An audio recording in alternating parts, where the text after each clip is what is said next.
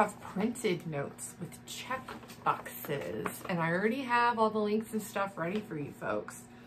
So I hope you feel special, because you are.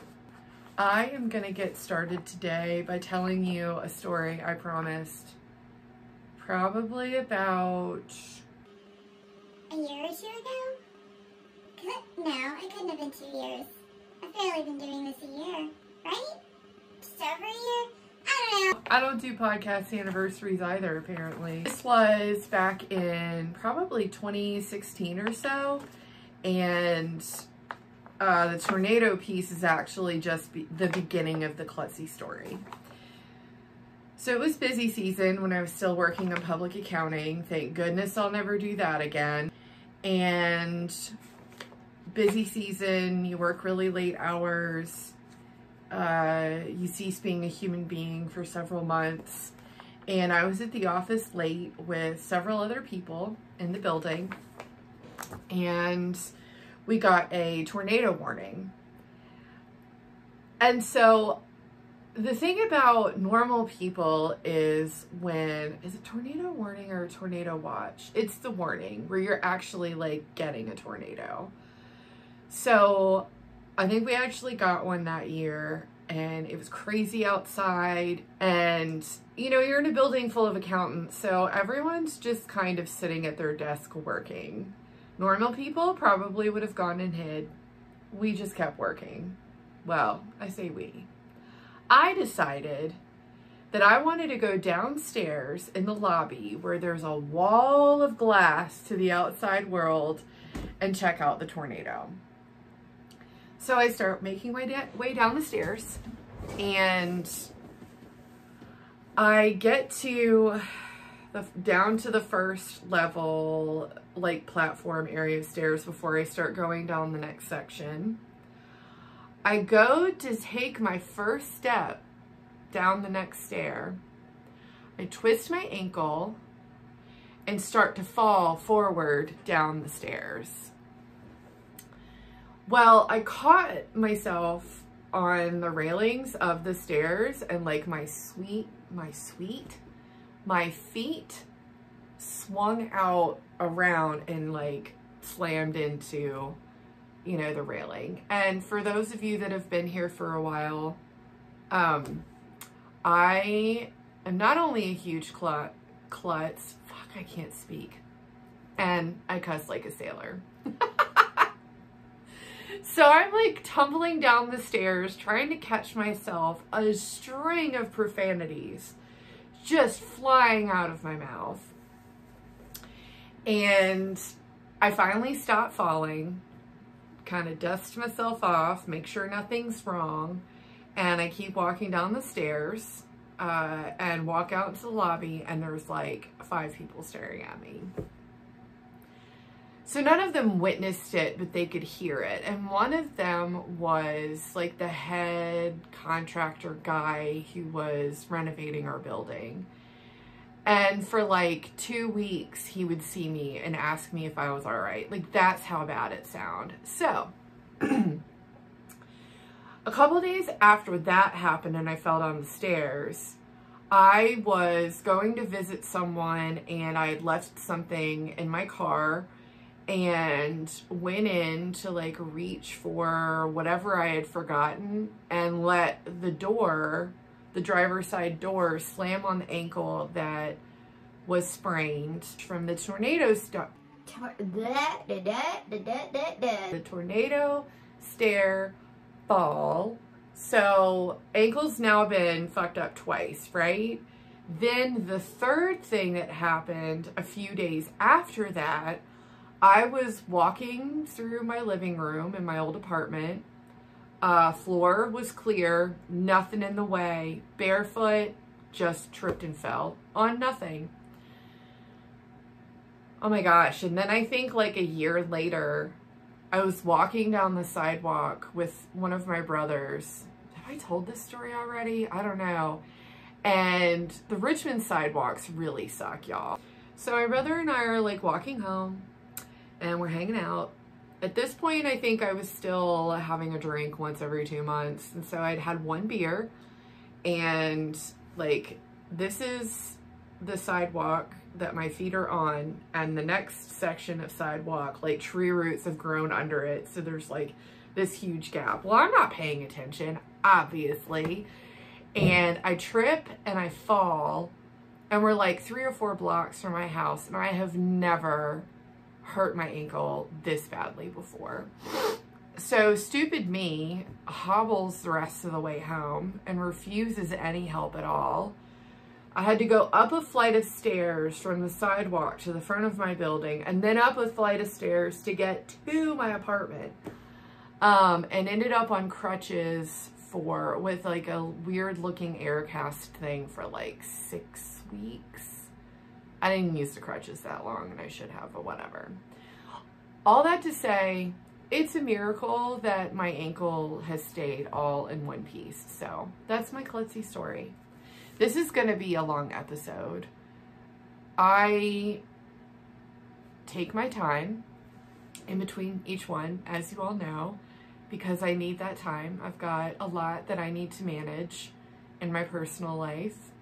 And so I just decided, let's just have, you know, 5 pages of notes, and y'all can just talk, you know, pause and take breaks like I'm probably gonna have to, because I'm really excited about the content for this particular episode. As I've stated before, I am a knitter, and I use that because as like an anxiety tool, but I also just love it, and I love creating things with my hands. So first part of the show, it's going to be knitting, and then the second half of the show is everything else that I'm into, that I'm still very passionate about, but probably doesn't get quite as much attention as knitting does. So now that you've heard the tornado story, let me just check that off my list. Let's talk about my finished objects. What have I finished knitting? Oh, what's that? This is new? You haven't seen it yet. Okay, so this is the Stephen West shawlography. And for those of you that don't know, Stephen West is an incredible designer. Oh my God, how did I screw that up? Stephen West is an incredible designer and does these like mystery knit-along shawls every fall. I think he's been doing it for a while. And I finally decided to join for the first time, and I just finished the Rocket Tee. And I have this, I think there's a term for it, where I think I'm a lot larger than I really am. And so the Rocket Tee that I made was at least 2 to 3 sizes too big, folks. And then I realized that I loved the colors, loved the yarn, which was from Craft Me Not Yarn Company. Hi, Sarah. And it just wasn't the right project for that yarn, and it wasn't something that I would wear. So I went savage and I ripped that bitch out, I think only a day or 2 after I finished it, because the mystery knit along was coming up. I have finished. It's so pretty and I love it. Let me tell you, the mohair in here is gorgeous. And normally I would give you all kinds of close-ups, but if I do that, this episode's only going to be about this shawl. And there are other things that I want to show you. So if you would like to see more detailed pictures, I did a little photo shoot with my nicer camera, and I put those pictures up on my Ravelry page. And I'm going to have all the patterns and all the yarn and all of the other things that I'm going to talk about linked below in show notes. If I forget anything and you're curious about it, just let me know. There's a couple different ways you can contact me, and I'm going to put that all at the bottom. This is finished. Gosh, it even looks really cool from the inside, honestly. This is finished, and I wear it I do it like, people keep calling this grandma style. Okay, fine. So I channel my inner grandma, but I actually wear it over my shoulders and I wear it almost every day. It keeps me so warm. I live in an old building. You can probably hear my space heater in the background, actually. We have oil heat, but I mean, the wind is just blowing through this apartment right now. So hopefully the heater noise isn't too obnoxious, because it's kind of got to stay, or I'm going to freeze to death in this room. Rambling. I wear it like this, the shawl like this, because it keeps me warm throughout the day. If I'm in the kitchen, I got my cool little move. Well, I do it better than that, where I just like flip the ends, do my thing, flip it back down, and I'm warm again. Love this shawl. Loved joining the mystery knit along. I will absolutely do it again, but I'll be a little bit more thoughtful about my colors, because this was the second one. The first one, I ripped it out and didn't love the colors. So that is shawlography. Oh, and then the next thing I made was this Hydra headband. I don't know. I'm gonna link it. You can't see the cable very well, but there's this really cool V cable pattern there. And I used, oh God, what is the yarn? See, my show notes are not as helpful as I thought. It is a local farm called Love You Farm, Love You, E-W-E Farm. And they were at the James River Winery yarn ball that one of my dear friends helped put together. And this farm was there, and they had sheep there, and they had their yarn, and it just, God, it smells so good, and it's so pretty. So I decided to make a headband out of it. It is a little teeny tiny bit scratchy, but it's 100% natural.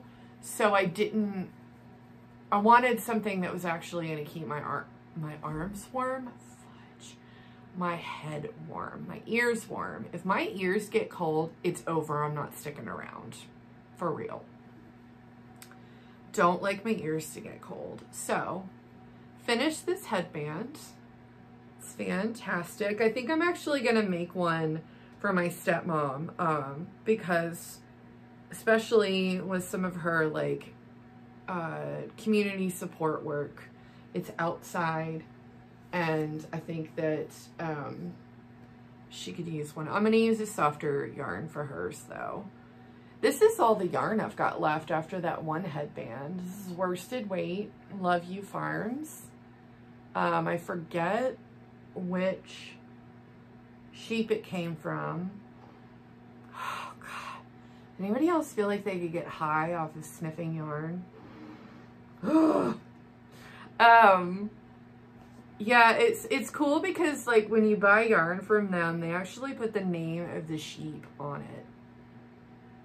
And I have some brown somewhere too that I got, but my stash is so unorganized. There's no way I'm gonna try to search for it. So Love You Farms. Next, I finally started finishing some of my sock whips. I am just kind of like making my way through those. If I'm in like meetings, then I don't have to take notes. It actually helps me pay attention better when I'm working, and they're all just vanilla socks. So I finished a bunch of socks for my dad. One pair you actually saw before.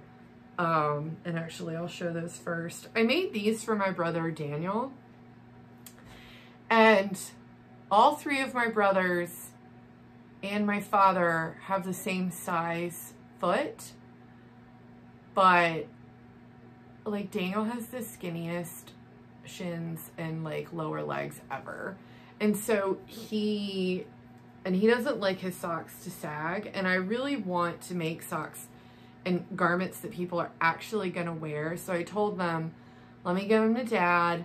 I'll knit you some new ones. I think I'm going to drop, instead of dropping stitches, I'm going to drop down to a size 0 needle and maybe do a 3x1 rib all the way down.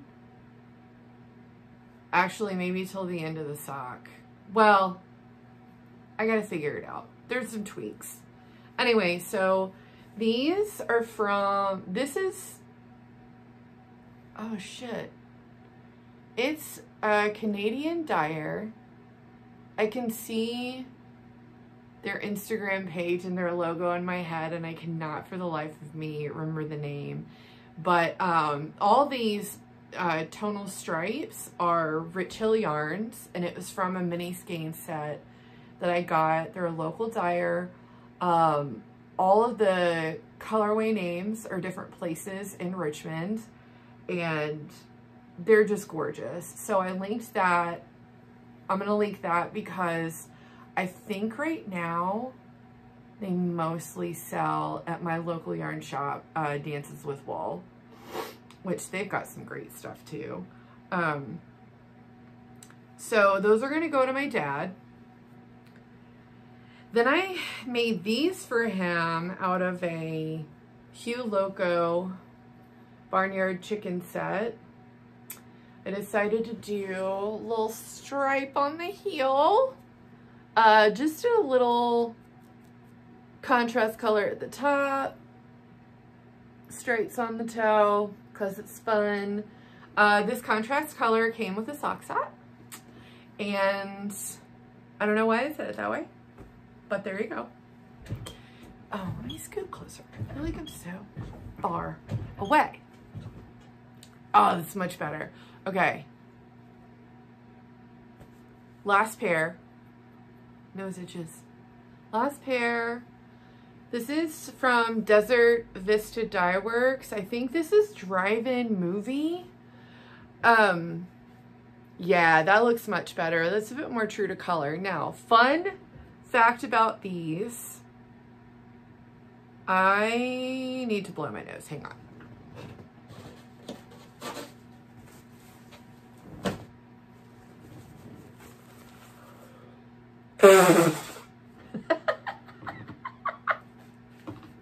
I don't really blow my nose like that. It's probably really gross that I'm gonna keep that in. But this is COVID, y'all, and I just don't, I'm recovering, and editing's gonna be kept super simple. So you're probably gonna get most of this. Desert Vista Dye Works. But the heels, toes, and cuffs are actually from Coast to Coast Yarn Co. Ratchet Collection. I don't remember what this colorway is, but it's very close to the blue stripe. And yeah, I thought it would look good. So that's what I did. Okay, so those are done.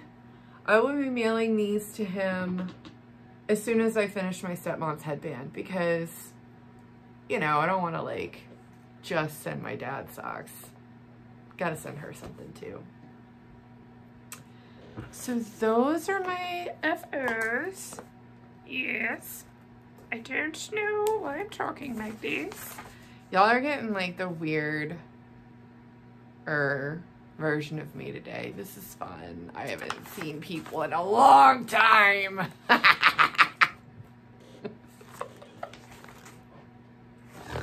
Shit. All right, UFOs. Woo!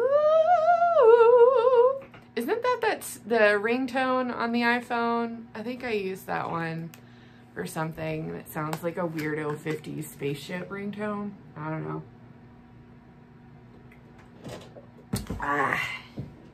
Okay. The first thing I wanted to show you is I finally started knitting with my 2020, one of my 2020 advent calendars. The other one is by Cornbread and Honey, and I have 5,000 different ideas for it and just can't pick one yet. So I'm saving it, and I show that off In fact, side note, so I got 2 Advents this year, 2 Advents last year. And I'm saving up to get, wait, I said that wrong. I got 2 Advents last year and 2 Advents the year before. And I think I've picked out who I'm going to go with. I mean, obviously, Coast to Coast Yarn and Craft Me Not Yarn Co. Like, whatever they do, I'm buying everything that they do. But I want to be a total pig and get one more. And I'm trying to pick between a Homespun House and the really cool, colorful Advent that Chevis and the Crazy Sock Lady had. Where it was like it looked like a regular Advent calendar where you punched the little door in the box and it popped out. I'm just not sure which one yet. Starting to save up. So I was thinking what I would do is right before a lot of these folks start posting for pre-orders, like Advent or end of year countdown pre-orders, which is what I think most of them are calling it now. I will show you my collection of Advents so that you can decide if they're something that fits your style and your palette, so that if you want to support any of the makers that I've received boxes from in the past, you can keep an eye out and jump on that pre-order. Because they're all small businesses, so they're going to have a limited amount that they can actually do. I set timers, and y'all better not steal Coast to Coast or Craft Me Not slots from me this year. I will find you. But after I get mine, I want everyone to have one. But I want mine first. Anyway. So in 2020, one of my 2020 year-end countdown boxes, I cannot remember the company that did it, but it was like you got a different mini skein from a different dyer, and sometimes the dyers would throw in like little extras, and it was super cool. It wasn't necessarily a cohesive collection. It was more like, who can we get you addicted to next year? Which was a lot of fun. Don't know if I'll do that again, but I am making just a scrappy blanket. And I was just going to do a straight up garter blanket. And I think Maddie from We Share Needles is doing that. But then I was like, you know, I want some texture. So I put some eyelets there, put some baubles there. And I think I'm just going to flip through some of my knitting books, because I'm a bibliophile. I mean, I have a stack of books to share with you today. This isn't a fraction of what I've got. But I thought, you know, let's flip through some of these knitting books that I've purchased and get some of the more textured stitch patterns and just throw some really weird, crazy shit in here. So like you'll see, this is almost like chunky art yarn. Kind of looked hand spun. It might have been, I don't know. And it's marled. I'm holding, except for this one right here, I'm holding 2 strands together, but I'm also throwing in other random colors and skeins along the way from my scrappy stash because I feel like it. There is no other reason. No, I will not be writing a pattern. If y'all want to get patterns from me, you'll be waiting a decade. I mean, I say that now and I have no idea. That's just how I feel about it in the moment. All right, next for my UFOs. Ooh, I'm going to do that every time now. No, probably not. I mean, I don't know. Oh, shit. I dropped my needle minder. You know, these things only work if you actually use them. Great that I just threw it in the bag. Luckily, my needles didn't go anywhere. I'm a DPN lover.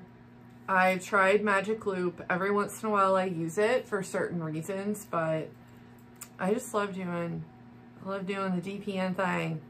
Yeah. Nobody gets that excited about them except for me, I think. So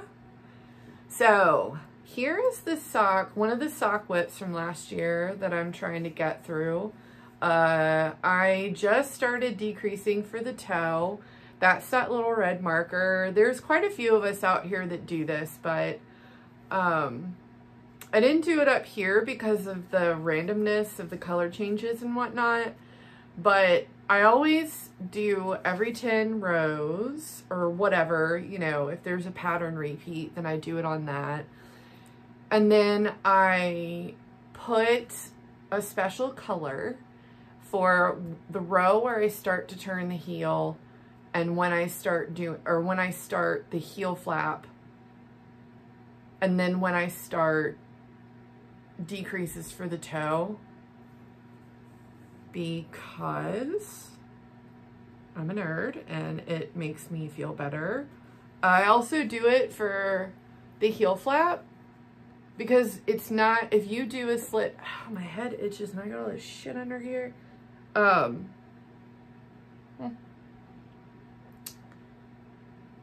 was I talking about? Heel flap. Oh, if you do the slip stitch heel flap, this may just be a biscuit problem, but sometimes I have a hard time like trusting myself when I count the slip stitch heel flap rows. So I keep markers on there. So again, where I started 10, 20, and I do a 32. I'm not even trying to make up the numbers. I don't remember what I do for my sock.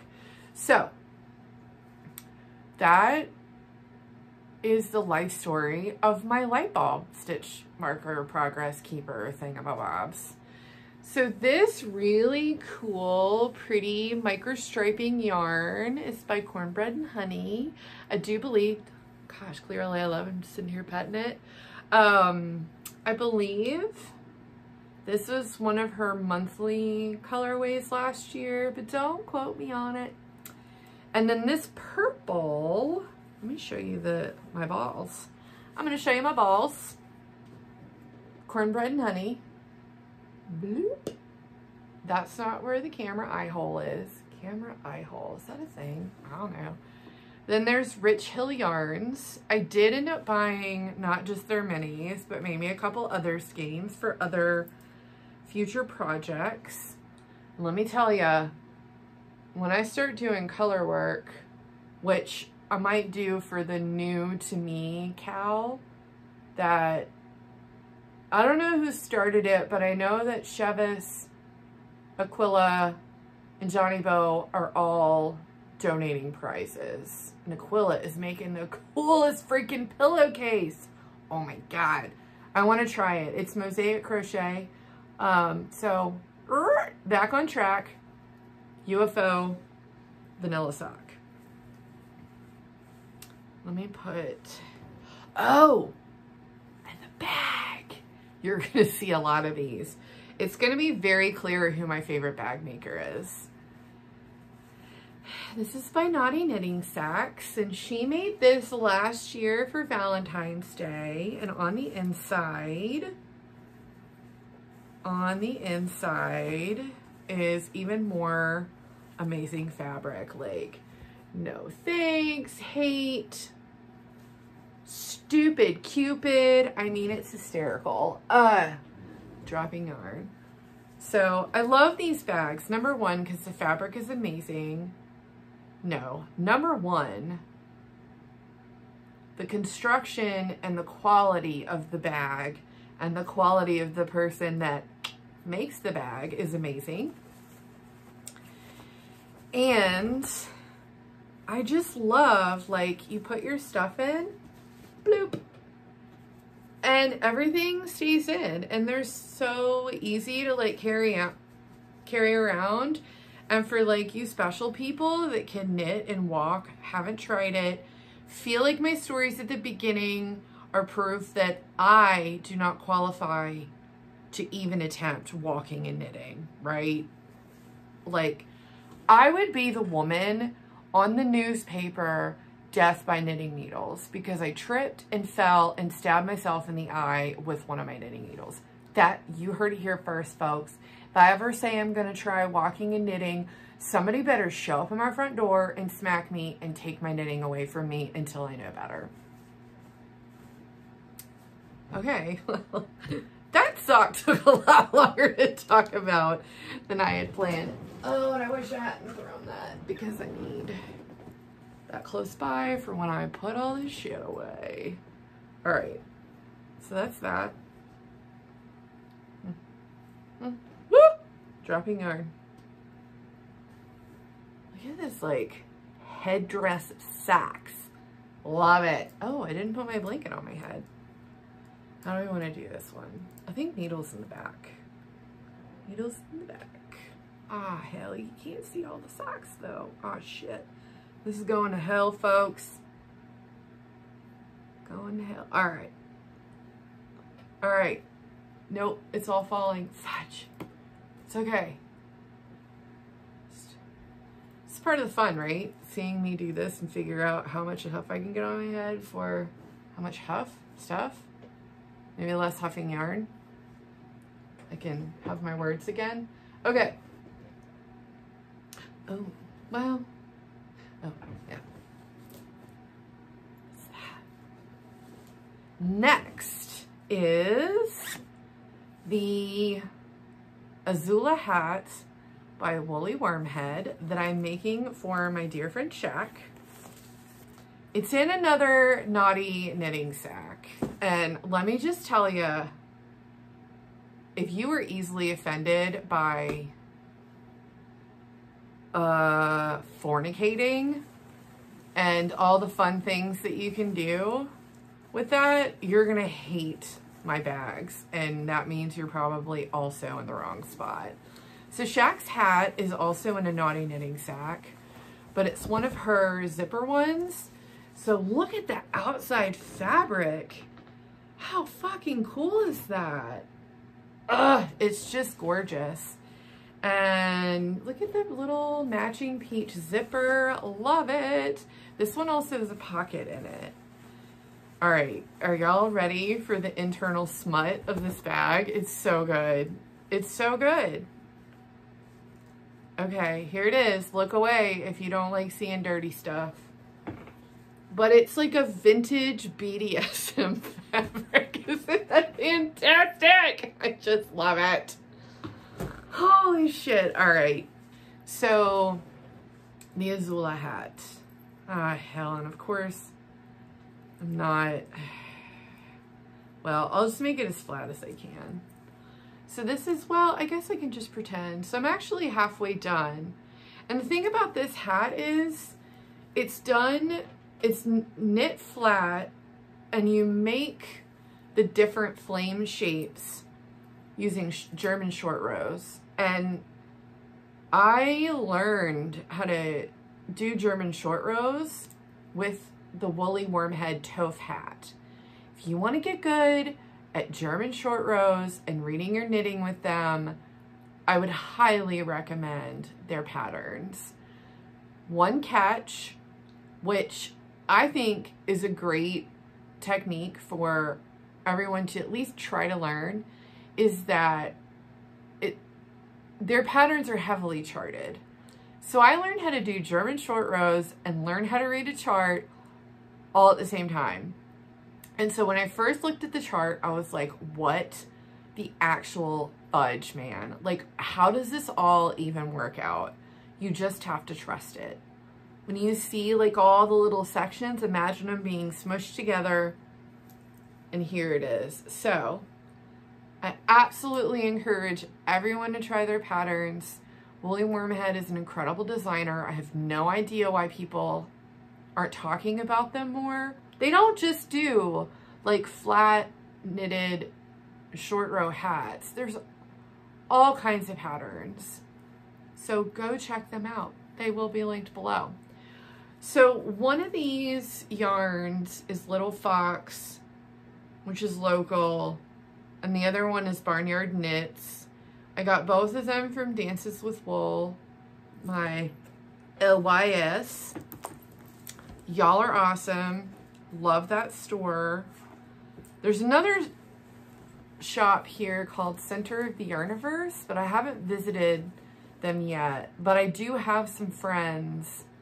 My friend Jenny, who organized the James River Yarn Ball, and somebody else was telling me that they go to their knit night on Wednesdays. Well, since I've been recovering from COVID, I haven't gone yet, but I would like to go at some point. I've never just had, I mean, that's not true. I have had a knit night before. I had some friends and I that did PKC, which is Perverted Knitting Circle. Hi Keely, if you're watching.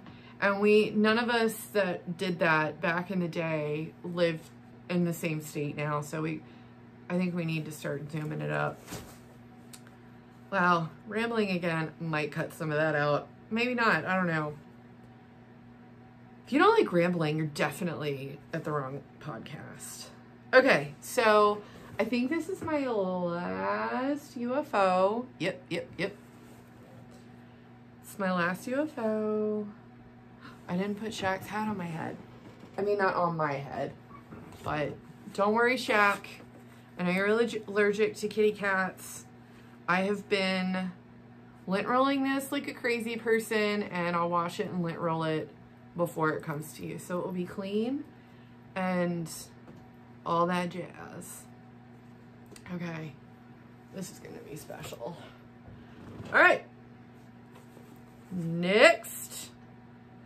Oh my gosh, this is gonna be so great. I'm pretty sure, besides the Shawlography shawl and my Wool and Honey sweater, which is coming up, I'm pretty sure that this particular project is the one that motivated me to do the podcast, and it's because of the name of the knit along. So, I just drew a blank. Son of a bitch. We Share Needles podcast.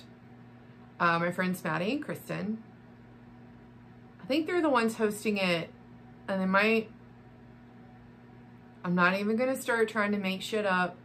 I think I'm right. Go check them out to find out.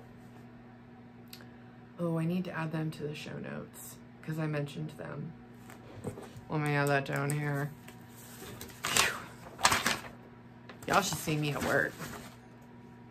Somehow they think I do all right too.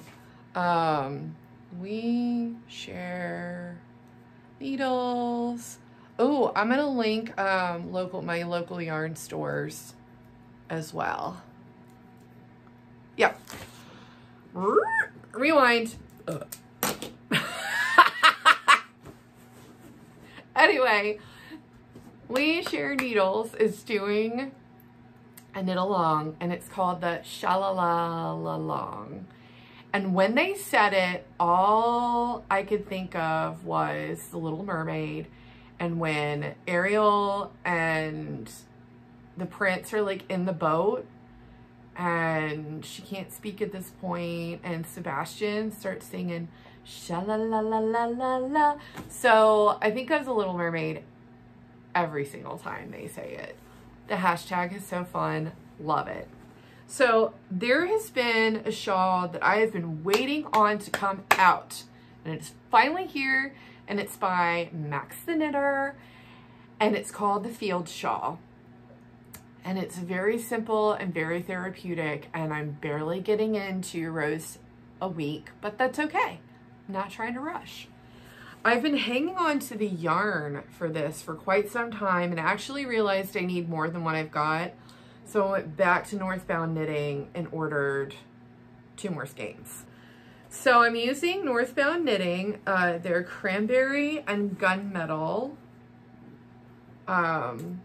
colorways. This is their merino silk DK base, and just can't tell you how gorgeous it is. And the cool thing about these colorways is I actually have a sort of like a fade set that has at least one of these colors in it from Northbound Knitting. Don't have the slightest idea what I'm going to do with it. But these colors are so different and so much richer in the merino silk. Like, this is going to be a luxurious shawl, and I'm so excited. All right, let me show you. This is all I have so far. Like, all that build up, and I'm like, Bloop. But that's okay. So the idea here, folks, for those of you that haven't seen it, is I do this gray with the red stripe to a certain point, and when I'm done with my increases, I start decreasing it so it's a triangle shawl. And on the other side, so one side is gray with red stripes, the other side is red with gray stripes.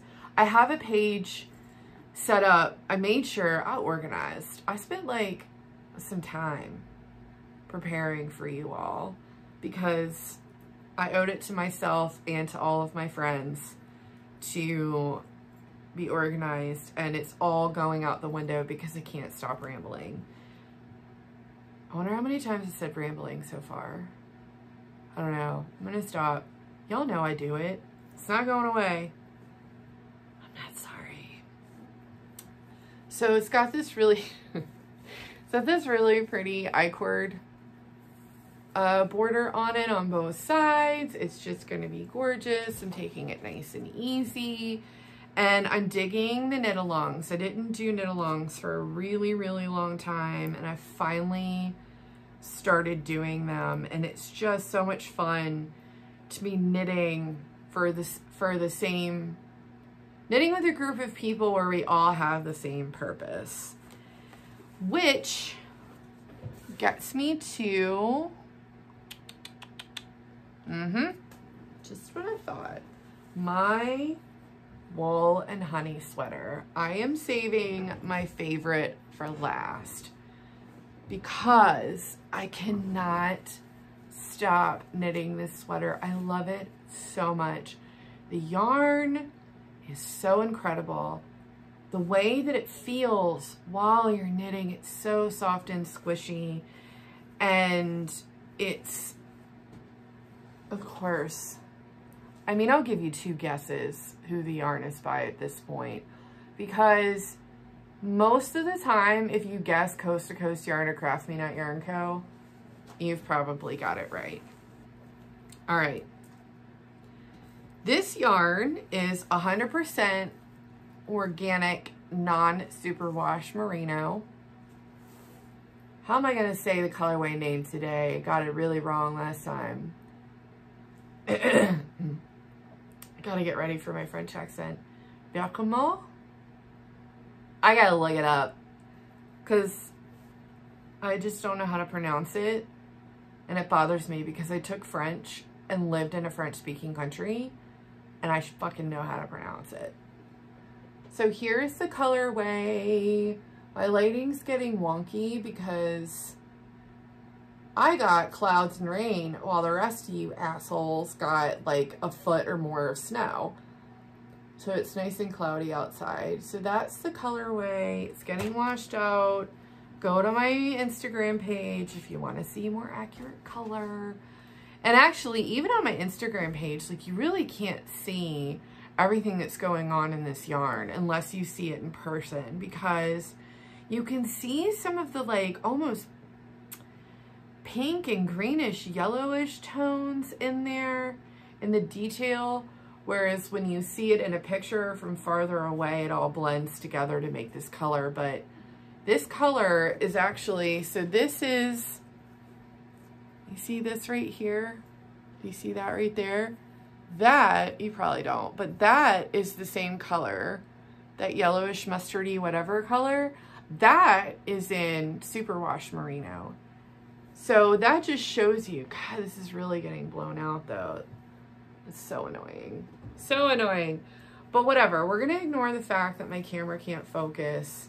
And I just wanna show you my gorgeous honeycomb.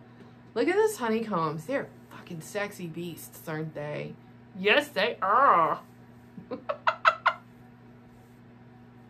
Unhinged. So oh yeah, baby. There we go. Oh, look at me. Woo! So, this is nuts. I don't even drink anymore. I have no idea what's going on. So that looks really cool. So, how much do I love the wool and honey sweater? Let me count the ways. Pattern is so well written. So much fun to knit. I am determined for this sweater to be perfect. Just on point the whole time. I'm like, keep feeling like I'm gonna be like stabbed in the eye by these needles. All the voices today, I normally don't do my voices this much unless like somebody's around and they know me well. Anyway, what I've been doing, how do I say this without giving away the pattern? Well, obviously you have some drop stitches, right? So what I decided to do is put those drop stitches, like once I make them, I actually drop them. Like I put in a little progress keeper in the loop and then just drop it off the needle. But then I use, oh my God, what's the word? No. Fudge. These things. You can't see that. Why am I yelling at you? Little stitch markers. That's the word. Okay, so I'm in love with the Coco Knits Rainbow Stitch Markers. When it comes to my knitting, I do like to be more organized usually than I am in the rest of my life because I take making my clothing very seriously. So I take color-coded stitch markers, and like when I know that I need to bring, there's going to be a point where I need to bring a drop stitch back to a certain point, I use a certain color. For this pink one that you can't see that I'm using, that's for my pattern repeat. So just using that system has made it much easier for me to get through this without having to rip it out too much. I have had some moments, but that's because I wasn't paying as much attention. But this pattern by Andrea Mowry is just stunning. I've got this gorgeous stitch marker, progress keeper. I know my words. Focus, camera. Focus. You see that?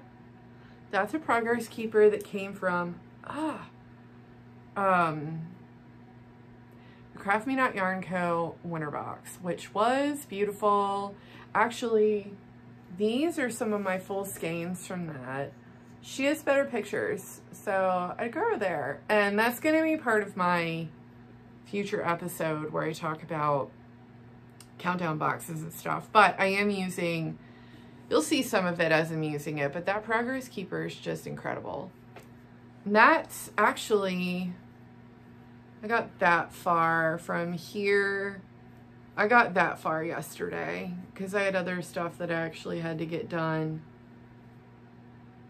So, gorgeous. Just gorgeous.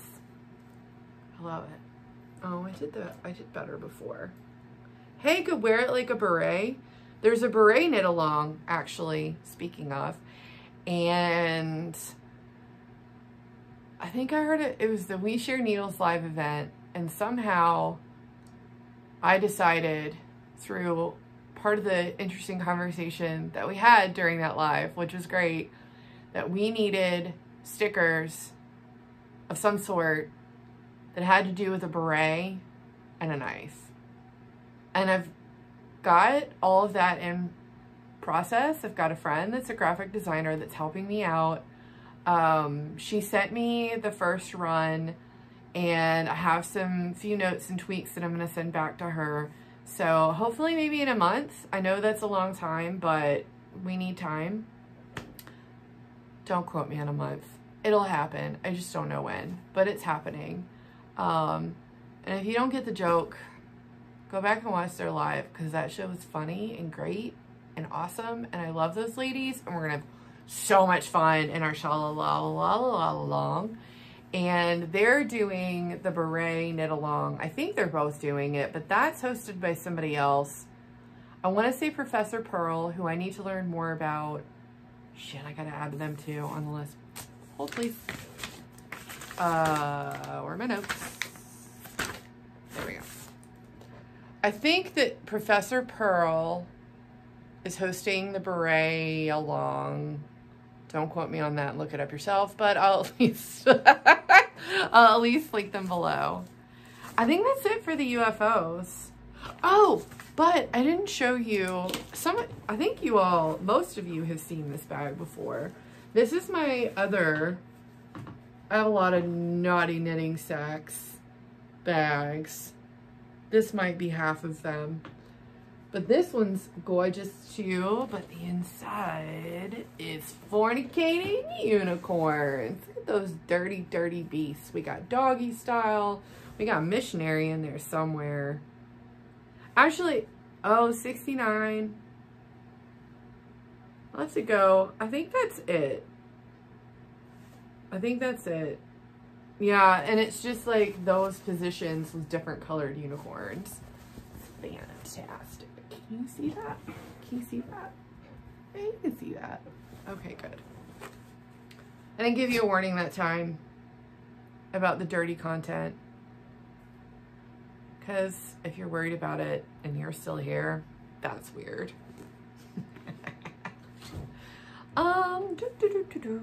Okay, we talked about all the UFOs. Check, check, check, check. Talked about bags. Check. Page 2. 56 minutes and we're on page 2. Although page 3 is really just, don't you guys want to know everything that's in my notes?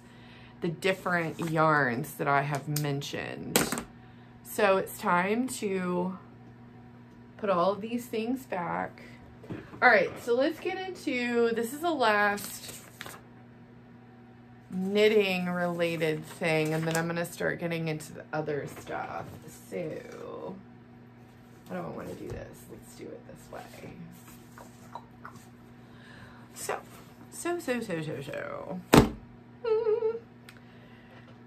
A lot of you have probably seen this one particular book.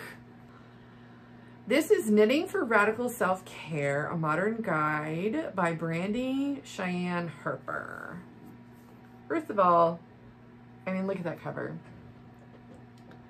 So pretty. Love the photography in this book. It is such a great resource. You know, in the beginning, they talk about, in the principles, they talk about making mistakes, and I think this is important for all of my friends that are newer knitters out there. We all still make mistakes, like all the time. Do you know how many friggin' mistakes are in this shawl? I mean, look at my floats, for God's sake. Look, they look terrible. I mean, they don't look terrible, but who cares? There's a mistake in every single section of this shawl. Pretty sure. Dropped a section of mohair right here. There's just like rogue mohair running around in one of these little shrimpies. Everybody makes mistakes. Doesn't matter how long you've been knitting. You just have to decide, is this really going to show up, and how much am I going to care when I'm done? Talks about striking a balance, reading your work, and then has like a lot of great like beginner tips in here with great pictures, and then wonderful patterns. And I think what I'm gonna do is make the Ode cardigan, and then I'm gonna give this book away to a friend of mine that I think will love it. I know exactly who I'm gonna give it to. But that's the cardigan that I want to make. I think it's gorgeous. The only catch is I have to buy, well, okay. So I either have to buy new yarn, which I'm not allowed to do right now, or I have this crazy idea for this year. What I might do, since my stash is really huge and for me, and a bit embarrassing that I have so much, and I just want more space. The art room's got a lot of stuff in it. I'm purging and decluttering at the moment for the whole apartment. Because of the age of my building, our closets are like this big. So, I had this crazy idea. I'm like, what if I take all of this yarn that I bought that's not intended for a specific project, there's a lot of that, a lot of these single skeins and whatnot, and marl to the size of chunky weight to make this cardigan. Why not? And then I thought, crazy idea. Why don't I just make a bunch of marled like sweaters and blankets and cows and stuff? Those are the kind of things that maybe I could sell one day at like a, you know, a farmer's market or whatever. And so that way it clears out my stash of stuff that I'm not really sure I want. I'm just not sure what to do with all of it, but it's so pretty. I don't want to get rid of it. And why not try to make money off of my stash that way? And also add garments to my collection that are really unique and pretty. So long story short, I think that's what I'm going to do. I'm just going to hold enough strands together to make the equivalent of chunky weight yarn, which is going to, I mean, if I do marled projects like the City Limit sweater, the sea glass sweater pattern that just came out, which I might use one of my advents for, that plan keeps changing. Oh, the cornbread and honey advent would look good with that. Wheels are turning, folks, wheels are turning. But all that to say, I'll get through a ton of my stash if I do that. Now, if there's yarn that's set for a specific project, or it's yarn where I know I'm going to want to make like socks and stuff, I'll keep that. So that's my plan. So if anybody doesn't want to get rid of their yarn, but they want to get through their stash, I'll let you know how that's going for me. So far, it's going pretty well. I got big plans. So the other yarn, well, it's sort of yarn related. It's called the Radical Threads. Radical is one of my favorite words. It's one of the ways I describe myself. So, of course, it's got to be in like 5 of the book titles that I have in my bookshelf and collection. But this magazine is super, super cool. I mean, there's so many different things in it. There are recipes and patterns for sewing as well as crochet and knitting patterns. Here is an article in here called A Garden Grows in New York City, and it's about this Haitian person who moved to New York City and started growing a garden in the city. There's also a recipe for body butter, to make your own body butter. I wanted to show you some of the cardigans. Isn't that gorgeous? And the construction's really unique. I almost smacked myself in the face with the book. Did anybody else see that? I am partial to knitting. There are tons of crochet patterns in here too. We've got some socks, a really cool cowl. The construction of this shawl up here is really neat. And then I thought these mittens and this hat would be really pretty. I have some tonals in my stash that I could definitely use for those. And then there's also this cardigan. Whoops. This cardigan. This pattern is in here, obviously. So, really great magazine. There's a lot going on in here. And try to talk some of my friends who have yarn stores and craft stores to start carrying this and being a stockist, because it's really well put together. Tons of great stuff in it, and you're supporting an incredible business and a very inclusive business by purchasing this. So, huge fan. All right, folks, it is intermission time. Gotta take a piss because I'm chugging water like crazy to get over COVID. I'm gonna clean up my knitting stuff and I will be back. You won't know that I've been gone that long. So, see you in a bit. Are you ready? I thought I was gonna take a break and come back and switch gears from knitting, but there's just a couple quick things that I forgot to mention. First of all, I found out about the Madeline Tosh Gigi Love Speckles situation. Gorgeous colorway, Some of the proceeds go to Gigi. We will talk more about Gigi later on, but I didn't want to miss out on talking about this yarn for all of my knitting friends who don't really care about everything else I'm going to talk about, which is sad for you, but whatever, do your thing. So I wanted to make the braid that Gigi made with her yarn, and like an idiot, I just ordered the yarn and didn't look up the weight of both yarns that you hold double together, whatever.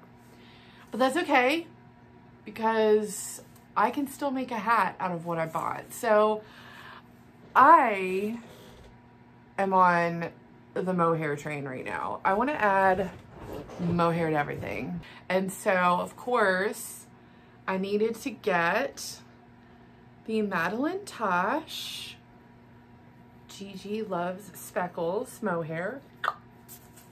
And I wanted the hat to be a little bit darker than, say, I think Gigi used like the DK of the Gigi Loves Speckles and the mohair. I got some Tosh Sack in the saffron colorway. God, it's gorgeous. This is 100% superwash merino. I don't know. Smells so good.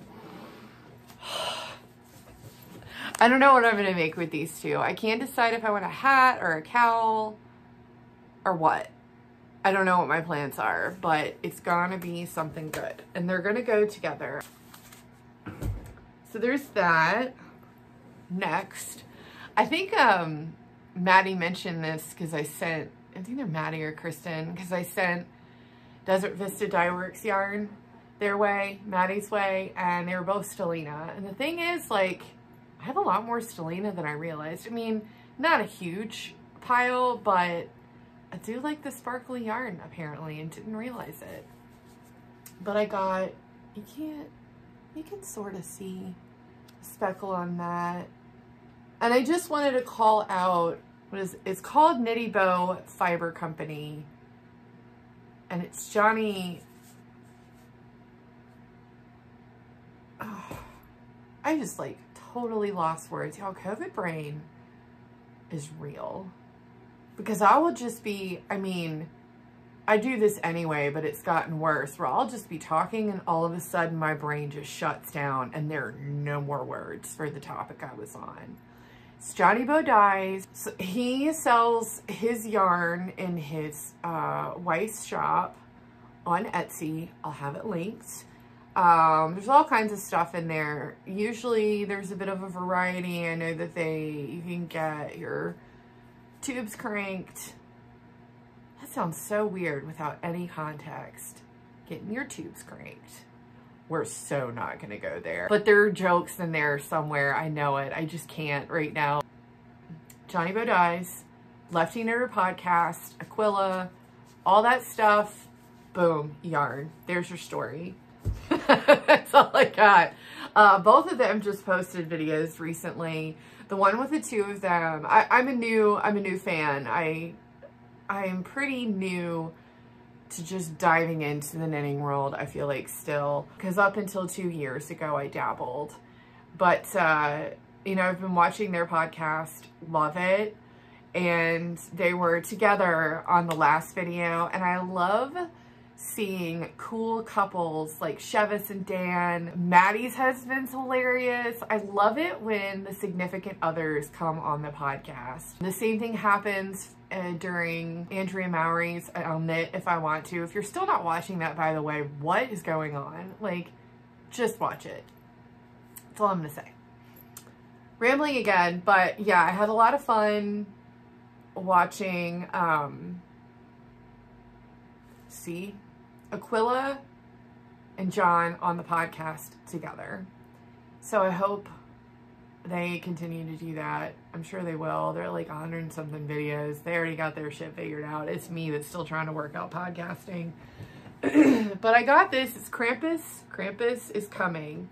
I don't know what I'm going to do with this, y'all, because I really want to start weaving this year, and I feel like this Stellina yarn with these colors could make like a gorgeous like landscape type weaving. I'm ambitious, I know. Whatever. I'm a dreamer, and I'm not the only one. The last thing I wanted to show you is the Longway Homestead Breed of the Month Club. I got started when Tracy Milla of the Grocery Girls mentioned it. She accidentally ordered fiber, like a bat of fiber, unspun fiber.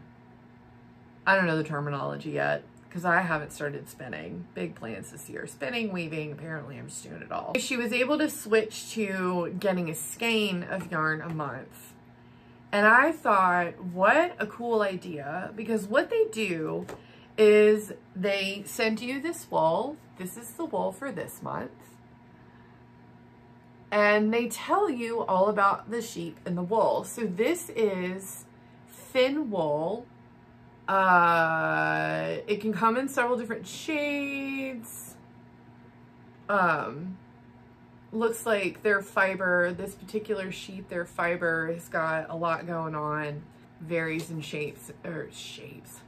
colors and whatnot. This isn't dyed. Did I say that? This is all, you always get undyed wool. I can't find my first month. It was an interesting one. It had extra like animal oils in it, and it was white, beige. Can't find it, but I think I have a plan for this club. It's a monthly club. I think I have a plan for a project throughout the year. So Finn sheep are an ancient Scandinavian breed of sheep. They are short, I can't read. They are a short-tailed breed and can thrive in rugged climates. Their biggest feature is their prolific... Comment great! I'm gonna skip that word. Can't say it right now. They will often have up to 3 to 4 lambs, which I guess is more than some. They are imported to Canada in 1964. This is a Canadian company farm, by the way. Imported Canada in 1964 by the University of Manitoba. That's a cool name. And are often used to improve breeding numbers in many farms. And they're so cute. Look at them. I just want to squish them. Squishy, squishy.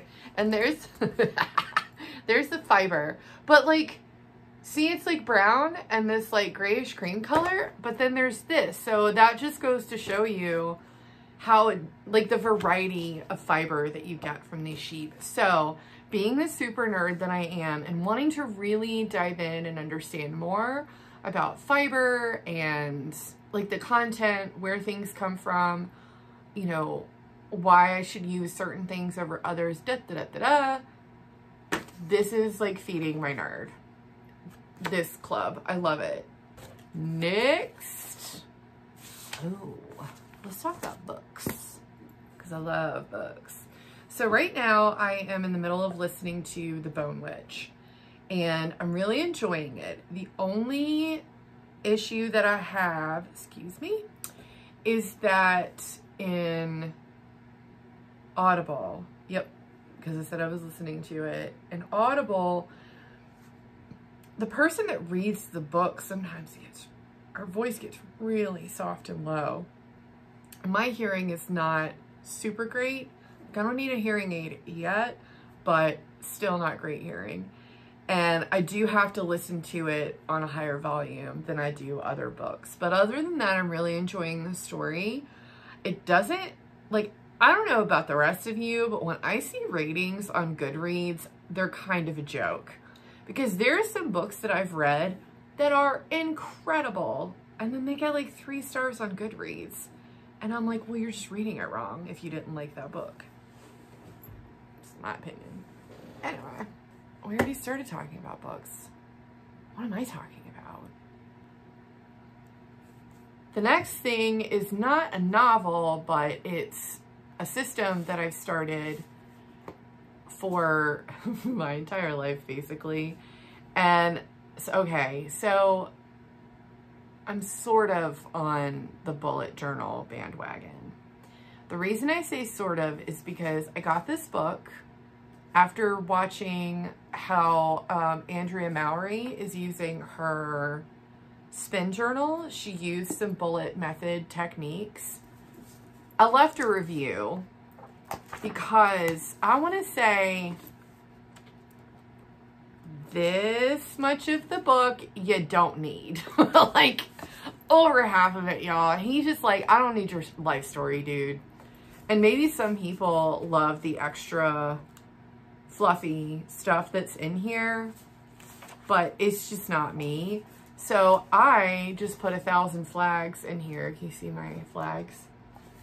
In here of like the things that are helping me the most and getting a lot out of that. Because between my knitting, my new approach to my mental and physical health, and just my life in general, I want to keep that a little bit, I want to document some things a little bit more, because I'm finding that the more I document and the more that I read and the more that I use my journal, the more I'm getting out of it. So I started doing that with my little knitting journal. I've had this for a while. I actually had a lot more in here and I just kind of ripped it all out because it wasn't working for me. But I love to collage stuff. I just don't do it very often. I started with an index and I've got like my WIP and UFO carryover, what I'm actively working on, my next in queue list, and then I do my current projects. I mean, even if all you do is use, like I said, I don't use everything in the bullet journal method because not all of it works for me. And I think it's good to start simple and build your system as you go along, which is kind of the fun part about the way that they get you to set it up. But like just having an index and not having to commit to, okay, these 10 pages, I'm going to do this.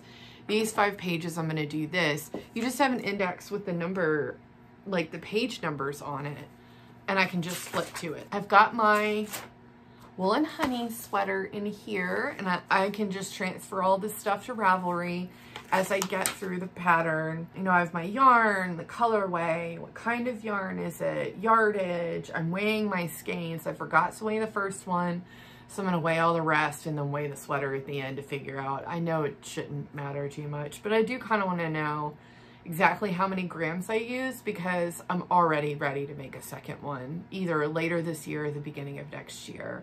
I love this sweater that much. And then what size I was knitting. So I'm not very far in this particular journal, but for my everyday organization, my journal is like helping me so much. I really do love the system, the way that I've set it up. So that's one of the books. Let's see, the next book, so after I get done with the Bone Witch series, I don't know if they're all out. Who am I kidding? I am like in the middle of like 10 different books. I'm just talking about the one that I'm reading most often. So I decided that I want a new routine in the mornings, and part of my routine is just to read a couple of pages out of a book. Eat to Love is a book that I'm using as part of like a resource for my health journey. And so I might read a few pages of that, but I think I'm also going to start incorporating Miles, the autobiography. If you've been here at any point in time or spent any kind of time with me, you know that I am a huge Miles Davis fan. Kind of Blue was the best album ever written and produced, period. Not even gonna get into people trying to argue with me on that. If you don't agree, you're not listening to it right. Because this isn't even an opinion thing. This is facts, y'all. Facts. So, I've seen there's a documentary on Netflix, The Birth of Cool. Probably mentioned that before.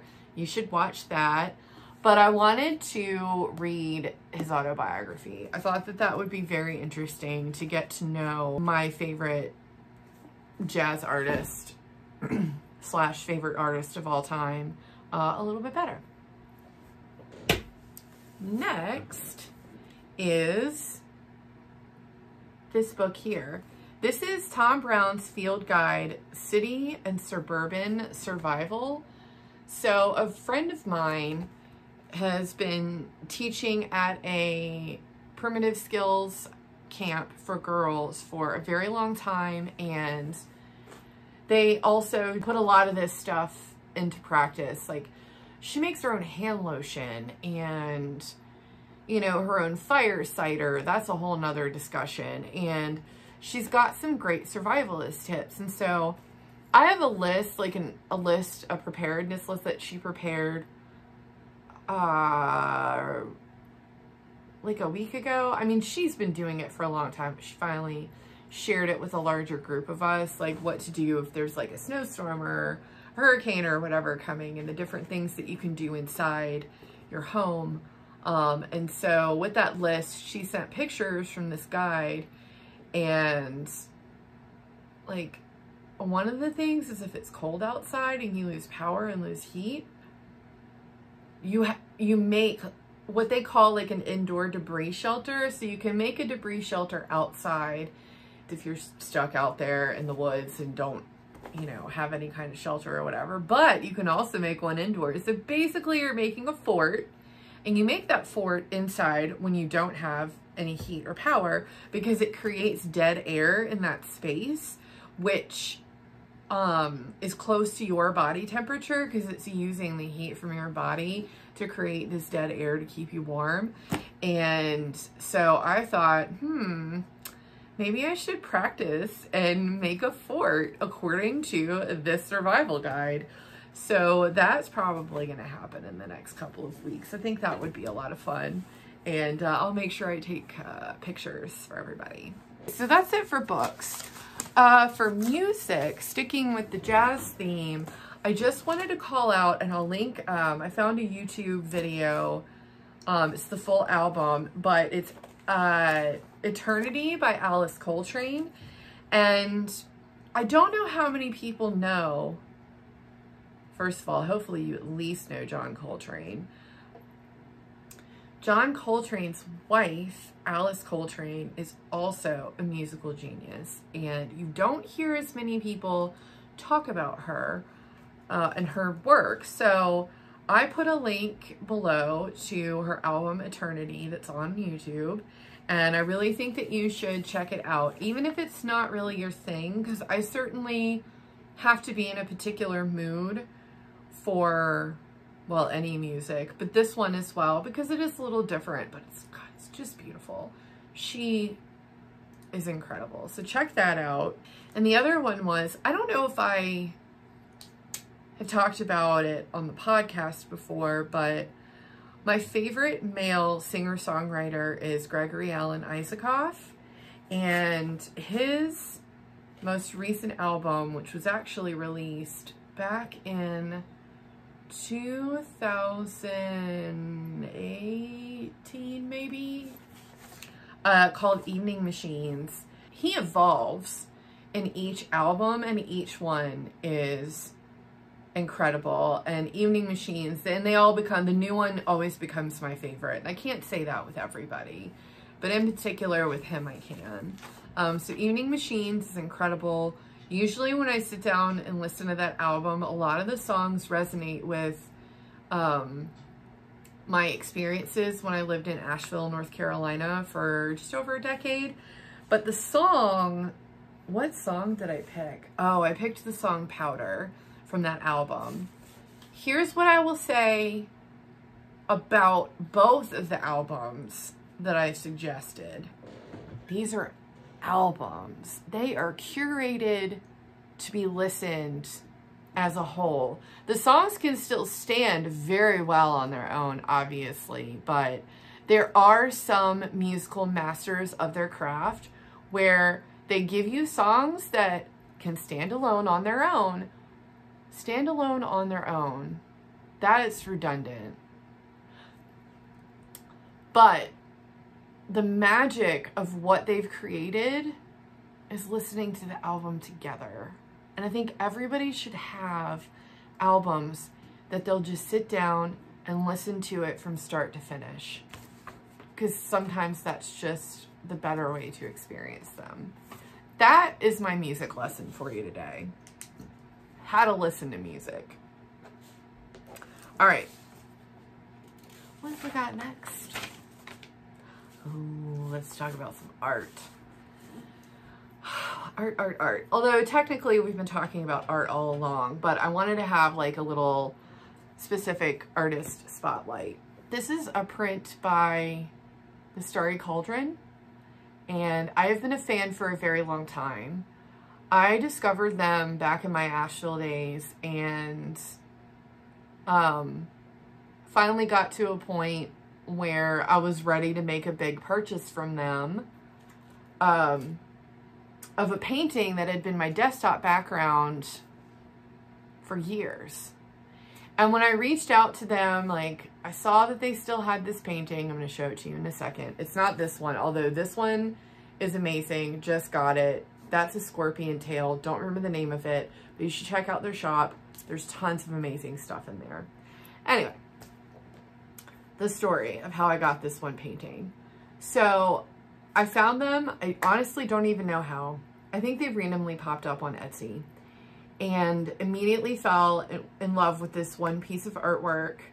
And when I had saved up the money, I was like, I want to get a really big print of this painting. Well, when I contacted them, they still had the original, and I couldn't help myself. I just couldn't. I mean, how do you fall in love with a piece of art like this and follow an artist for so long and then find out that not only do they still have the original, but at that point in time, you got the cash. So I sat at a bar. I wasn't drunk, so this was not a drunk purchase. And I think they had to set up the listing for me.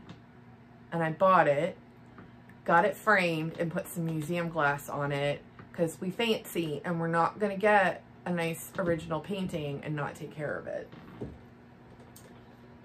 I should remember the name of this painting, and I don't.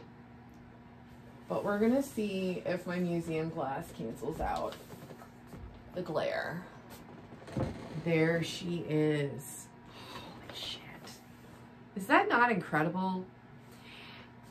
And one of the things, so this hangs over my bed in my room. And one of the things that I love about this painting is, gosh, look at the detail in there, folks. Who's gonna make me a set of minis that matches the colorways in this so I can make a shawl?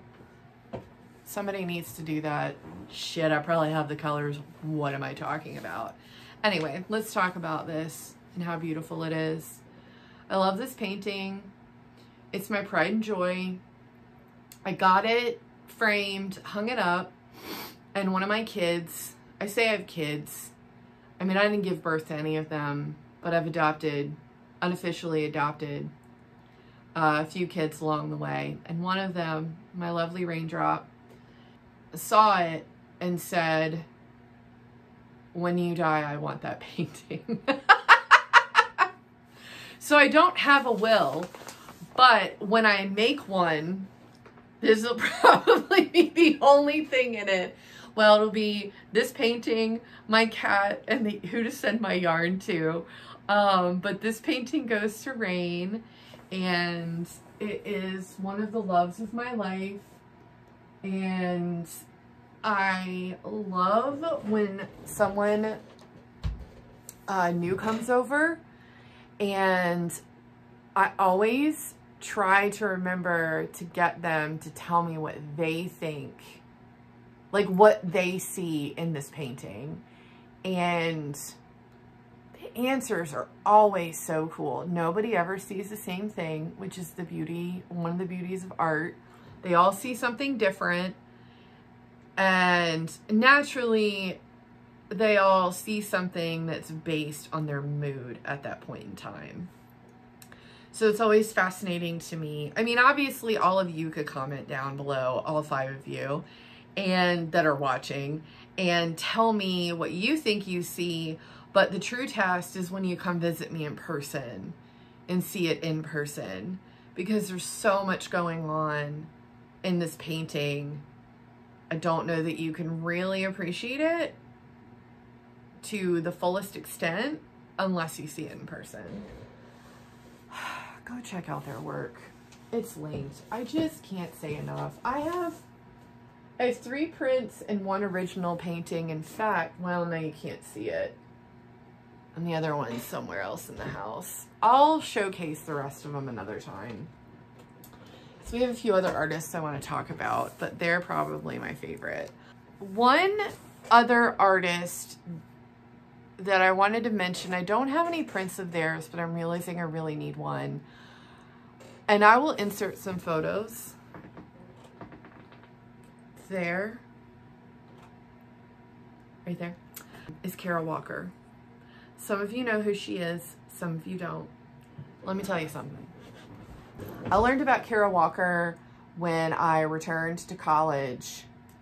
I think I was taking a poetry class, but it was also heavily rooted in diversity. And so we covered the Harlem Renaissance. We talked about Kara Walker.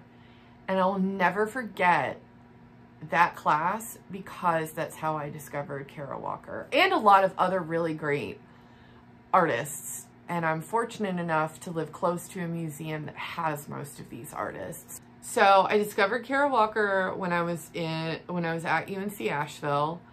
And then that spring, I went to go visit my brother Daniel in Brooklyn. And my dad and I took a train up. And she did her Sugar Baby exhibit. Gosh, I'm probably getting the name of the exhibit wrong. But she did it at the old Domino Sugar Factory in Brooklyn. They were actually going to tear it down. I'm sure they have by now.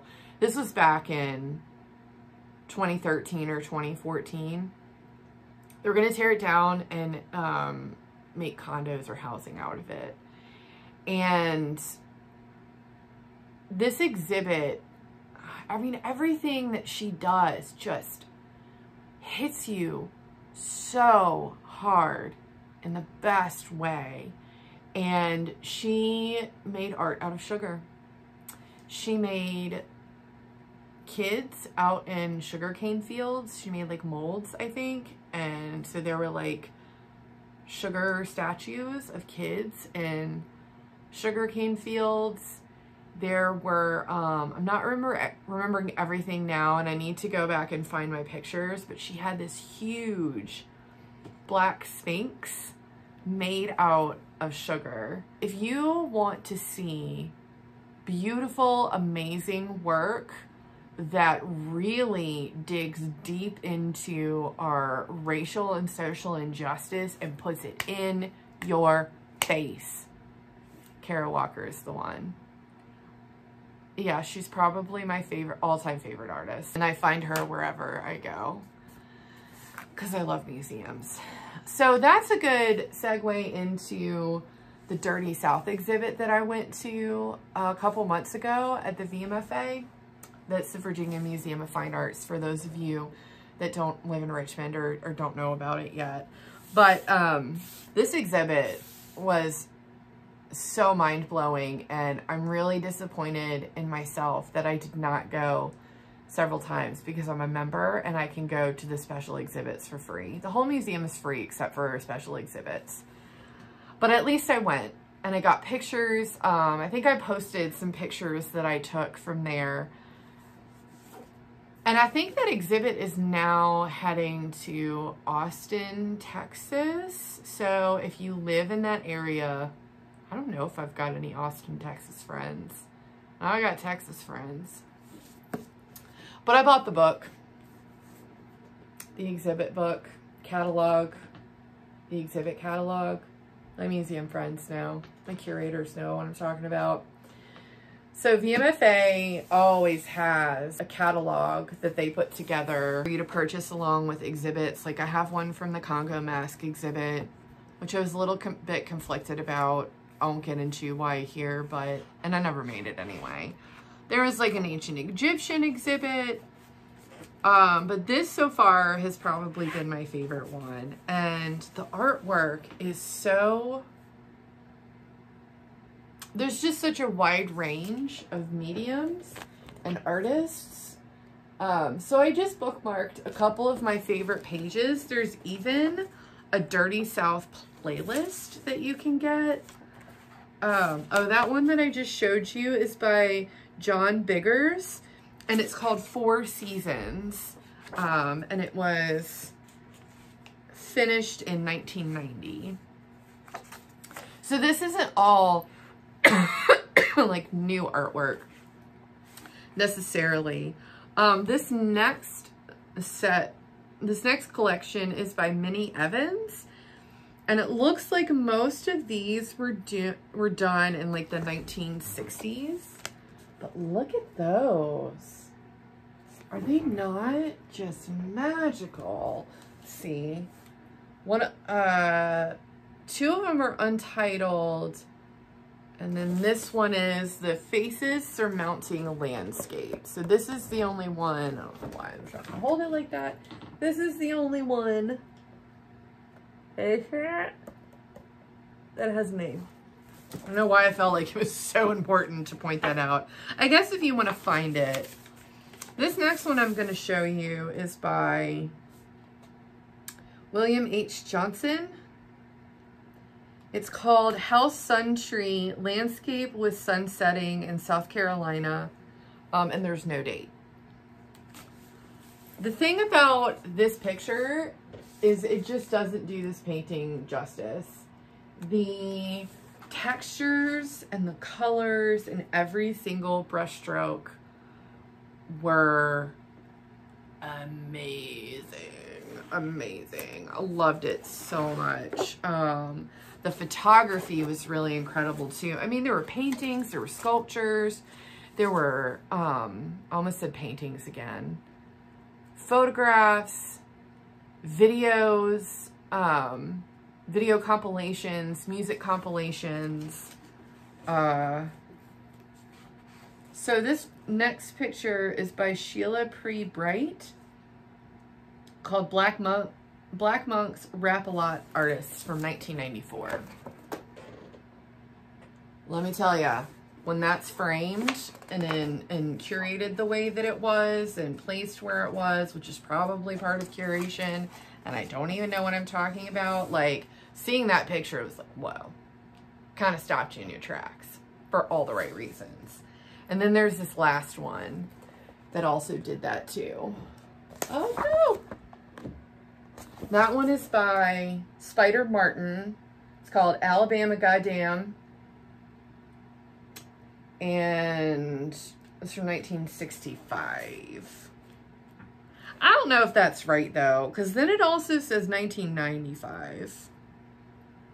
I think I have no idea. Maybe they just copyrighted it in 95? I don't know, but then the inside cover is really cool. So this was a painting. I think it's the same on both sides. Yeah. This was a painting that was pretty early in the exhibit. And this is just another one where if you don't see it in person, I'm not sure you can really appreciate it. It was freaking huge. This exhibit's a big deal. It's a big freaking deal. The VMFA still has copies of this book. If you're a member, you can get a discount. The membership's worth it if you go and visit there often enough. And I would encourage current members to make sure that you give them feedback, because there are things that they could do better, but that there are also things that they're doing right at the moment. So definitely check it out. The next couple, excuse me. God, what's wrong with me? Some of my favorites. I can't find my mug right now, but I wanted to show you my Idlewild clay collection. I don't know why I feel like I'm saying that wrong. Idlewild?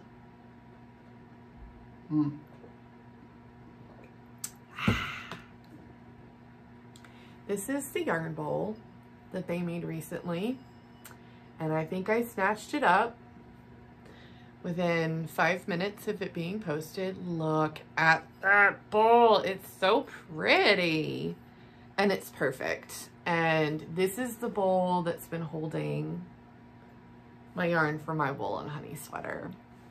I also got this cute little notion stitch. So all my really pretty fancier stitch markers live in this on my maple and honey tray. Oh snap, gotta list them too. Y'all to find all this good stuff.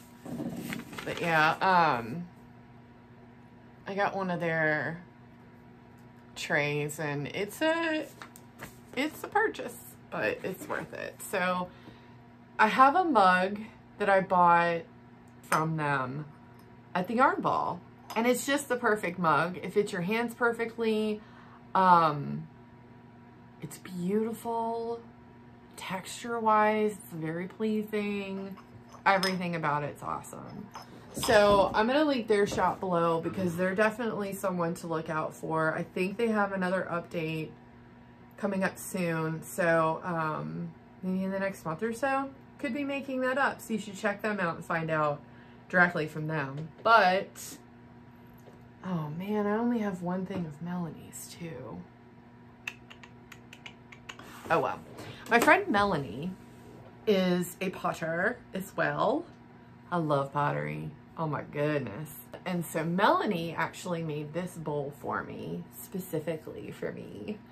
And I think, or maybe I just picked it, I don't know. I'd like to pretend that it was made specifically for me, even though it probably wasn't.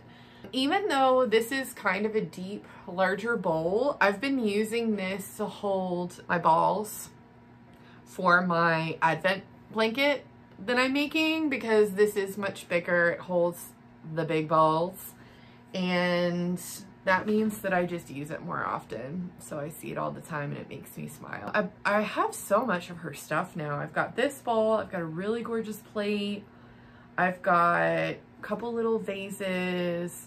Her stuff's amazing. She just started a separate account just for her clay. And Melanie, I don't remember if your pronouns are she or her, she and her anymore. So I do apologize, and I will do better if it's they, them.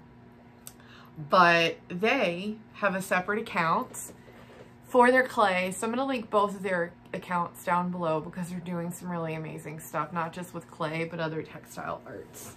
So I think that we're at my last little segment here. I have segments, y'all. 7 videos and already have segments.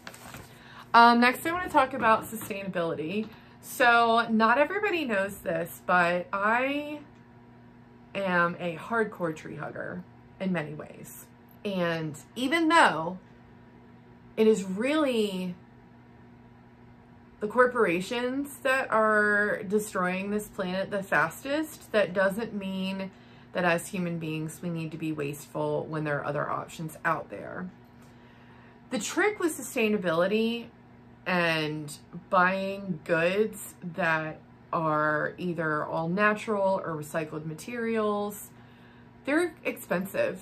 It is a privileged option to be able to buy some of the things that I buy on a regular basis to have less of a, you know, carbon footprint. And it's just not always something that everyone can do.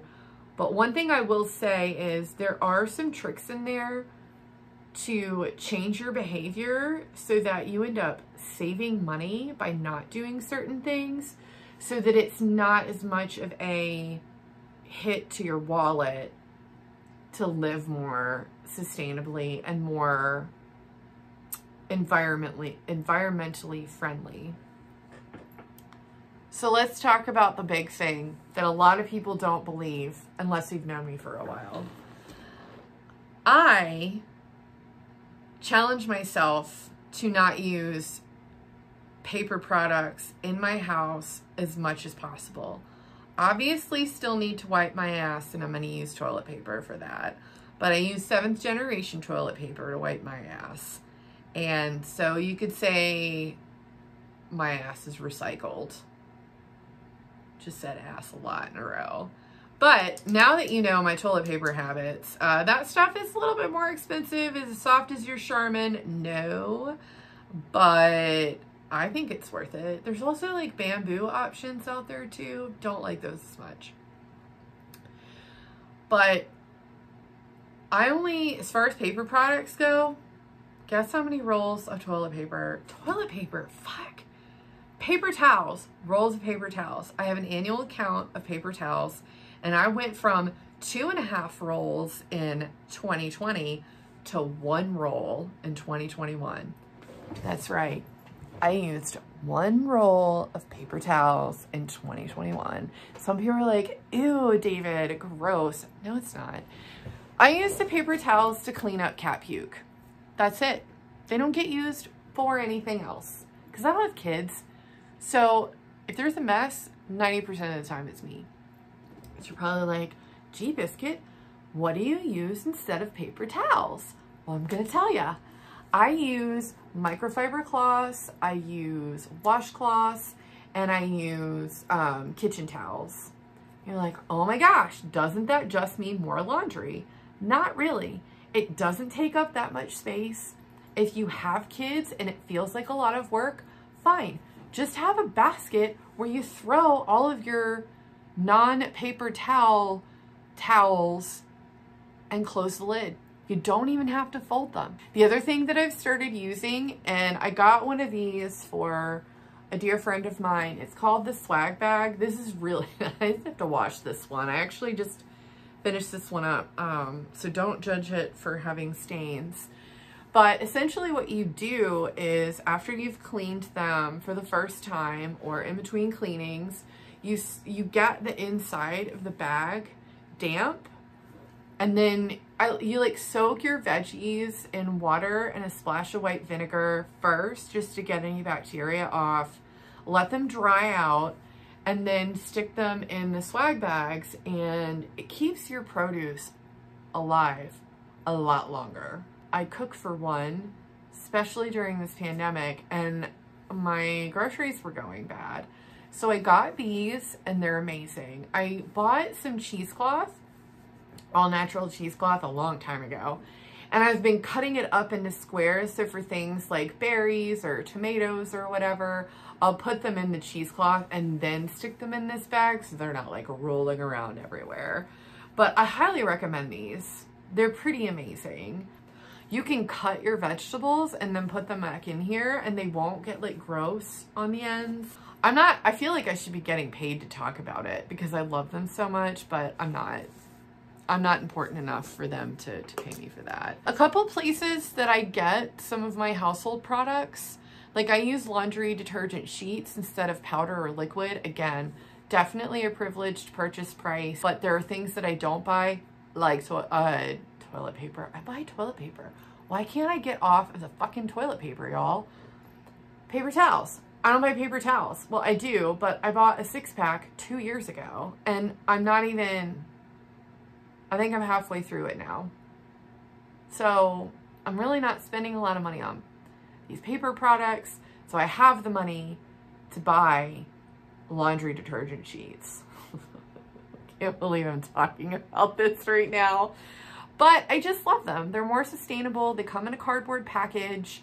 There's no big plastic bottle to carry around. So you can get these things from 2 different companies that I use. They're Me, Mother Earth, and Grove Collaborative. Again, it's all going to be linked down at the bottom. And I get different things from different companies depending on the day and the availability of some of this stuff.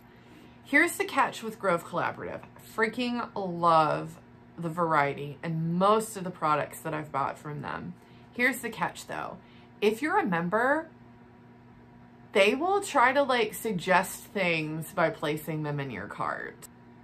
Okay, so that's Grove Collaborative. The good thing about them just like putting stuff in your cart is they send you a notification before it's time for your next box to ship out. And you can I just go in and delete all of it. And you can set up frequencies for like certain items. And the trick that I use anyway, is it's not just about where do I go for my more sustainable, less toxic household and life items? It's also about like being really mindful about how much you're purchasing. So I'm not going to go to Grove Collaborative and buy 1 box of laundry detergent sheets. That's wasteful, because not only are you buying that one thing, they got to print out the slip for your one thing. They got to package your one thing, and they got to drive your one thing to you. So it's also about making it more sustainable with your purchase frequencies. I buy enough stuff to last me more than a month or 2, which I think is probably a better idea right now because of the pandemic anyway. But then I really, like, I load up. Like, I get 2 things of toilet paper. There's fucking toilet paper again. I get 2 things of laundry detergent sheets. I get 2 things of hand soap, that kind of stuff. So just be smart about what you're shopping for and how much, and your frequency, because your frequency also adds to that carbon footprint. Wow. Did y'all know what this was going to turn into? Next thing is sustainable clothing. So as I mentioned before, I want to be way more conscious and aware of where my clothes come from. I personally would like to make most of my clothes, because even when I was 60 pounds lighter, I still couldn't find clothes that fit very well. I'm 5'10". Yes, I know I'm tall. No, I didn't play basketball. Let's move on. I'm 5'10", and I've always had curves, which I love. And even when I was a lighter weight, like my hip, I still had hips. I still had tits. Like, clothes for a woman that's got legs as long as mine and a slightly shorter torso in proportion, you get where I'm coming from. Like, the fact, like, there was a day where there was one place I could find jeans that were long enough for me, and that was Gap. That shit's expensive. Well, things have changed, fortunately, and, like, let's talk about how awful Gap is. If you're buying their clothes, you're buying slave labor. This is the radical part of the podcast, if you haven't noticed. So anyway, from a sustainability standpoint, there's Tentree and there's Pact, P-A-C-T. I'll have them linked below. These items are not cheap. However, they are made from organic cotton. Again, none of this is paid promotions. They're made from organic cotton. They pay their folks sustainable living wages, and they also source their materials in safe, environmentally friendly, sustainable ways.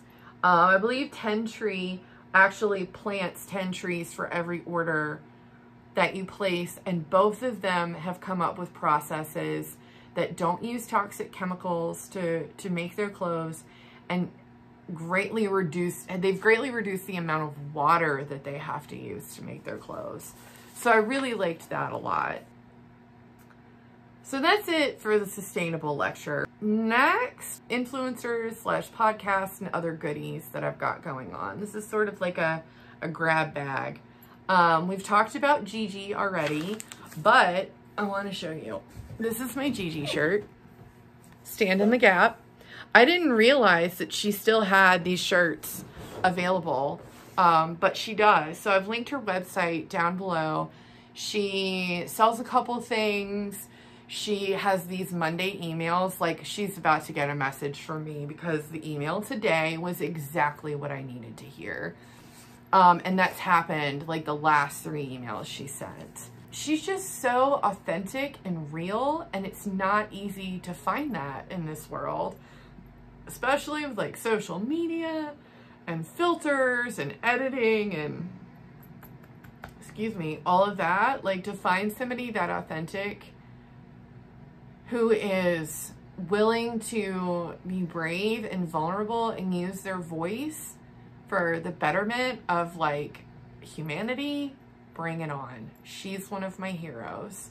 She just keeps saying, it's just me, I'm just me. Well, just you is spectacular, Gigi, so keep going. So get one of her Stand in the Gap shirts. I have a pin somewhere. I just don't know where it is. Okay, so La Mercerie is a company that, I think it's a yarn dyer, and they do a sock club Craft Me Not Yarn Co. is going to be a part of that now, so naturally I got that club. Although not as many yarn clubs this year as last year, because that was insane. But they also do a sock swap thing. Getting this wrong. But like, you sign up for it. It's like for the holidays at the end of the year. Sign up for it. They give you a buddy.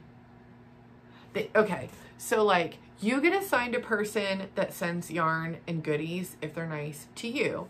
And then you get a person, you're a different person that you're going to send yarn and goodies to. And I got the best buddy who sent me yarn. Not only did they send me some La Bien-Aimée, which is lost somewhere back here right now. And they're definitely going to be, I think they're going to be socks. I don't know. I'm lying. I don't know what I'm going to do with the yarn. But what I do know is they sent me this cocoa mint tea. It's got honeybush tea, mint, nettle, cacao skins, and jasmine essential oil. It's from the Arbor Herbalist in Port Orchard, Washington. This tea is freaking incredible. Incredible. I love it, love it, love it, love it, love it, love it, love it. They have a lot of teas though. So I went on their website to get it for you all, and they've got a lot of really great stuff there. So I recommend checking them out, because I know that some people aren't like a cocoa tea kind of person. Turns out I am. I could drink this all day, every day. So there's that. All right, so this last list, I'm going to go through quickly because I have links, and most of the stuff I think a few of you have already seen. TV shows that I'm watching, the one that I watch only when I'm on my bike, which didn't happen recently because I had the plague, is Castlevania. It's a vampire anime. I love all things vampire. Outside of that, for TV shows, I've been watching Harlem. Oh my God. Oh my God, so good. So good. Like, has me almost on the floor laughing in tears. So good. You need to watch it. It's the better, more diverse version of Sex and the City.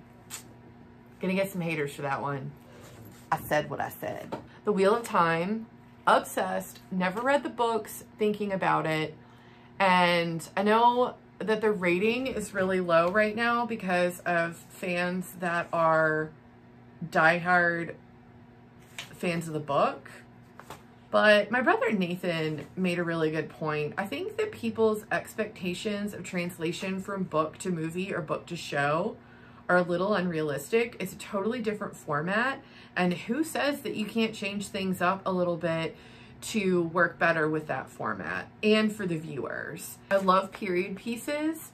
And I think this was a part of the We Share Needles live that happened last week.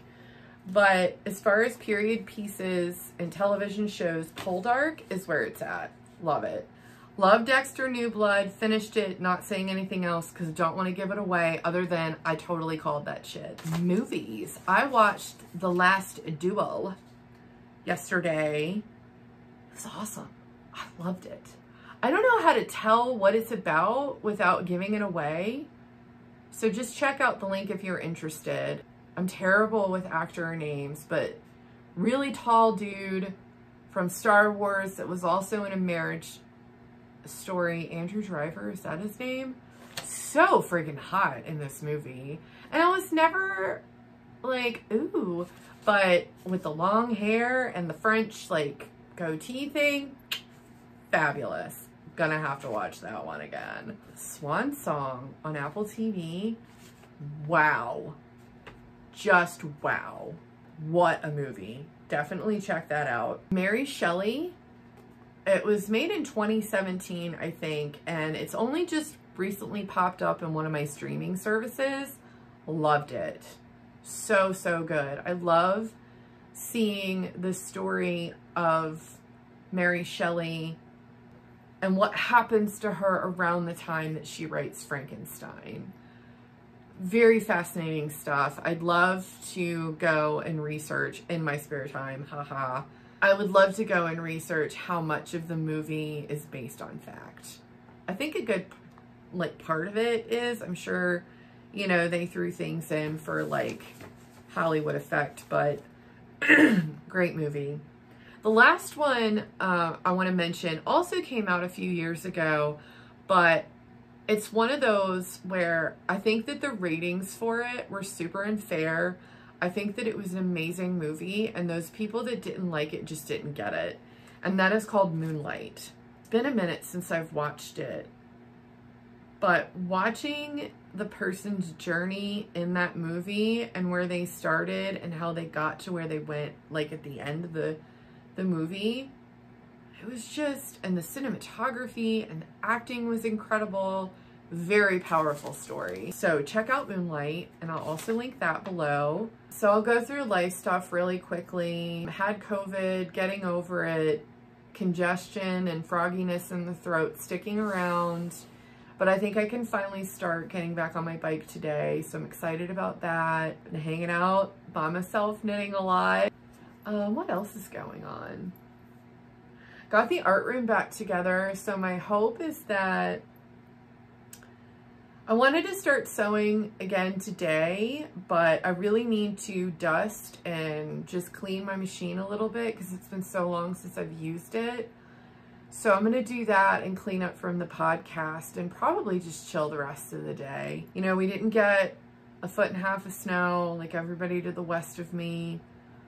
We got a little bit of snow, and then it was just a bunch of ice, and then it was rain, and it's all gone. But I'll get my big snowstorm before this winter's out. I think so. I think Mother Nature will do that for me.